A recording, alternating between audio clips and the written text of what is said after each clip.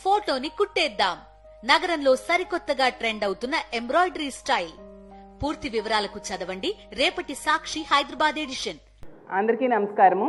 ఈరోజు కౌన్సిల్లో steel plant ప్రైవేటీకరణ అంశం మీద ప్రశ్న ఉత్పన్నమైంది. ప్రభుత్వమేమో చేయలేదు అని చెప్తుంది, కానీ వాళ్ళ వైఖరి మాత్రం చాలా అనుమానాస్పదంగా ఉంది.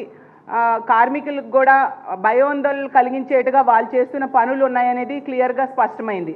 ఎందుకంటే గత కొద్ది రోజులుగా ఈ కూటమి ప్రభుత్వం అధికారంలోకి వచ్చిన దగ్గర నుంచి చూస్తే ఈ స్టీల్ ప్లాంట్ ప్రైవేటీకరణ దిశగా ఎన్నో అడుగులు వేస్తూ ఉన్నారు. ఎందుకంటే 3 బ్లాస్ట్ ఫర్నేస్లు ఉంటే అందులో 2 ఆగిపోయాయి. అందులో ఒకటి మొన్న ప్రారంభమైన 10 రోజుల క్రితం, ఇంకొకటి ఆగే ఉంది. అలాగే వాళ్ళకి జీతాలు కూడా సరిగ్గా చెల్లించట్లేదు. 4 నెలలుగా కాంట్రాక్ట్ ఉద్యోగులకి జీతాలు ఇవ్వట్లేదు. ఇవేను రెగ్యులర్గా ఉండే ఉద్యోగులకు కూడా గత నెల అయితే 50% జీతం ఇచ్చారు, ఈ నెల 35% మాత్రమే ఇవ్వడం జరిగింది. అలాగే 4500 మంది కాంట్రాక్ట్ ఉద్యోగుల్ని తొలగించేయడానికి ప్రతిపాదన కూడా చేశారు. మళ్ళీ వాళ్ళు ఆందోళన చేస్తే మళ్ళీ వెనక్కి తీసుకోవడం జరిగింది. అలాగే తీసుకుంటే అలవెన్సులు కూడా కోత విధించేస్తూ ఉన్న పరిస్థితి. అలాగే 500 మందినేమో డిప్యుటేషన్ మీద నాగర్నార్ స్టీల్ ప్లాంట్కి పంపించేయడానికి ప్రతిపాదనలు సిద్ధం చేశారు. అలాగే 2500 పెర్మనెంట్ కార్మికులకి విఆర్ఎస్ ఇచ్చేయడానికి కూడా వీళ్ళు రంగం సిద్ధం చేశారు. ఇవన్నీ ఎందుకు? ప్రైవేటీకరణ దిశగా అడుగులు కాదా అని మేము అడుగుతూ ఉన్నాము. అసలు ఈ కూటమి ప్రభుత్వం అనేది కేంద్రంలో కూడా అధికారంలో ఉంది. ఇప్పుడున్న చంద్రబాబు నాయుడు గారి మీద, పవన్ కళ్యాణ్ గారి మీద కేంద్ర ప్రభుత్వం ఆధారపడి ఉంది. వీళ్ళు కనుక ఒక డెడ్ లైన్ పెట్టుంటే ఖచ్చితంగా ఒక 24 గంటల్లోనూ 48 గంటల్లోనూ ఈ ప్రైవేటీకరణ అనే దాన్ని ఉపసంహరించుకుంటున్నాము అనే అనౌన్స్మెంట్ కేంద్రం నుంచి రావాలి. లేకపోతే మేము మద్దతు ఉపసంహరించుకుంటామని వీళ్ళు డెడ్ లైన్ పెడితే వాళ్ళు ఎందుకు దిగిరారు అని మేము ప్రశ్నిస్తూ ఉన్నాము. గతంలో జగన్మోహన్ రెడ్డి గారు మనందరము చూసాము. సాక్షాత్తు ప్రధానమంత్రి గారు విశాఖపట్నము వస్తే లక్షలాది మంది జనాల మధ్య జగన్మోహన్ రెడ్డి గారు చెప్పారు విశాఖపట్నం స్టీల్ ప్లాంట్ ప్రైవేటీకరణ చేయొద్దు అని చెప్పి. మరి 29వ తేదీ మోడీ గారు విశాఖపట్నం వస్తారని తెలిసింది. మరి సీఎం గారు అలాగే డిప్యూటీ సీఎం గారు అందరి ముందు ఈ ప్రతిపాదన చేయాలి. అలాగే మోడీ గారితో కూడా అనౌన్స్మెంట్ చేయాలి.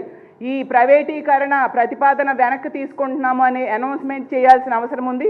అడ్డగోలుగా అబద్ధం చెప్తూ ఉన్నారు ప్రైవేటీకరణ జరగట్లేదని.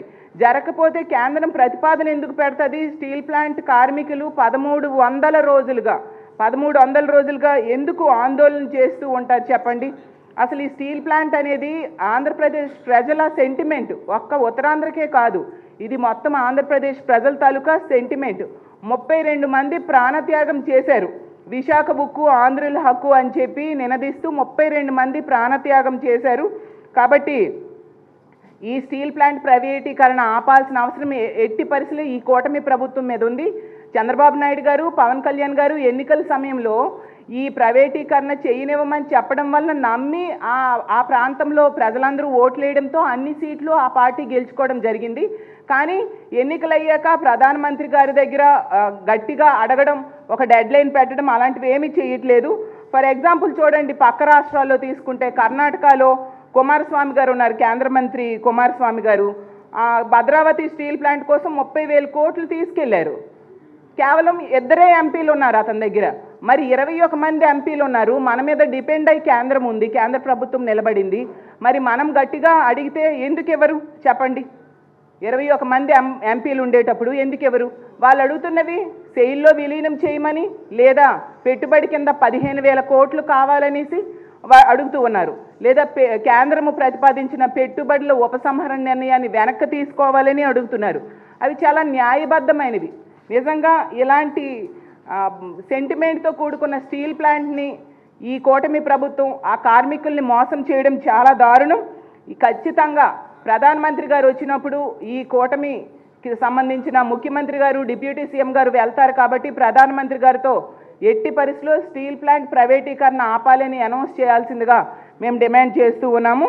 అలాగే తీసుకుంటే వైజాగ్ స్టీల్ ప్లాంట్తో పాటు ఛత్తీస్గఢ్లో నాగర్నార్ స్టీల్ ప్లాంట్ కూడా ప్రైవేటీకరణ కేంద్రం ప్రతిపాదించింది, కానీ ఎన్నికల టైంలో వెనక్కి తీసేసుకుంది. మరి ఇప్పుడు ఎందుకు వెనక్కి తీసుకునేట్టుగా మీరు కేంద్రం మీద ఒత్తిడి చేయట్లేదు? గతంలో జగన్మోహన్ రెడ్డి గారు ఈ స్టీల్ ప్లాంట్ ప్రైవేటీకరణ ఆపడానికి సాయశక్తులా కృషి చేశారు. కాబట్టే 2024 ఎన్నికలు జరిగినంత వరకు కూడా ఆ ప్రైవేటీకరణ జరగకుండా ఆగింది.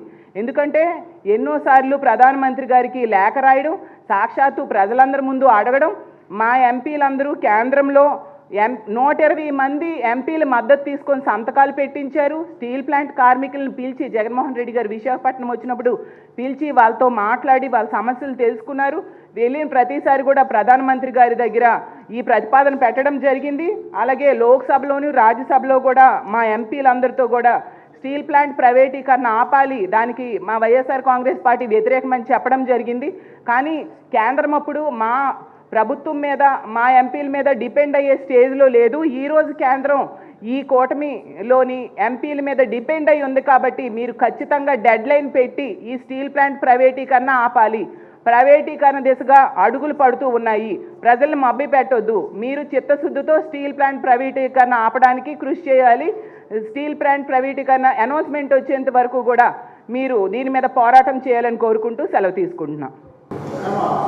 బీజేపీ నేతలు పక్కనే చెప్పారు, పేద ప్రభుత్వం పాలన చేయాలి కానీ వ్యాపారం చేయకూడదు, వ్యాపారం వస్తుందని అప్పట్లోనే చెప్పారు. బీజేపీ ప్రజలు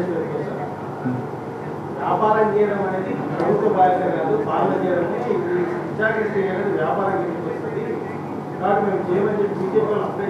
ప్రభుత్వాలు ఏర్పడితే ప్రజలు ఓట్లేస్తాయండి. ప్రజలు ఇక్కడేమో ఆ కార్మికులు రోడ్డును పడుతూ ఉన్నారు.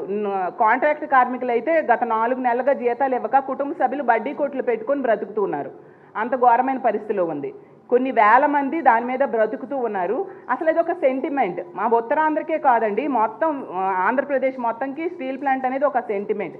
మీకు తెలుసు కదా సార్. ఇప్పుడు అడగడానికి మా దగ్గర 4 ఎంపీలు ఉన్నారండి. కానీ ఈ కూటమికి 21 మంది ఎంపీలు ఉన్నారు. వీళ్ళ మీద డిపెండ్ అయి ఉంది. ఇప్పుడు తెలుగుదేశం జనసేన మీద డిపెండ్ అయి ఉంది బీజేపీ ప్రభుత్వం కేంద్రంలో. సో కాబట్టి వాళ్ళు అడిగితే పనిచేస్తారు తప్ప మేము అడిగితే ఏం ఉపయోగం ఉంటుంది చెప్పండి. మేము అదే చెప్తున్నాను, జగన్మోహన్ రెడ్డి గారు ముఖ్యమంత్రిగా ఉండేప్పుడు సాక్షాత్తు లక్షలాది మంది ప్రజల మధ్య చాలా గట్టిగా ఆ రోజు ప్రశ్నించడం జరిగింది. మేము అదే అడుగుతున్నాం. 29 మోడీ గారు వస్తారట విశాఖపట్నం. వచ్చినప్పుడు సీఎం గారు, డిప్యూటీ సీఎం గారు గట్టిగా ప్రజల ముందు అడగండి, మోడీ గారితో అనౌన్స్మెంట్ చేయించండి అని మేము అడుగుతూ ఉన్నాం. అలాగే మా ఎంపీలు 120 మంది సంతకాలు కూడా పెట్టి రిప్రజెంటేషన్ ఇవ్వడం జరిగింది. అలాగే ఎన్నోసార్లు జగన్మోహన్ రెడ్డి గారు లేఖలు రాశారు. వెళ్ళిన ప్రతిసారి కూడా మోడీ గారికి అడగడం జరిగింది. మా ప్రయత్నం అయితే మేము చిత్తశుద్ధితో చేయబట్టే మొన్నటి వరకు ఆ ప్రైవేటీకరణ ఆగింది. కానీ ఈ కూటమి ప్రభుత్వం వచ్చాక మళ్ళీ ఆ ప్రైవేటీకరణ పనులు వేగవంతమయ్యాయి అనేది స్పష్టంగా కనిపిస్తూ ఉంది సార్.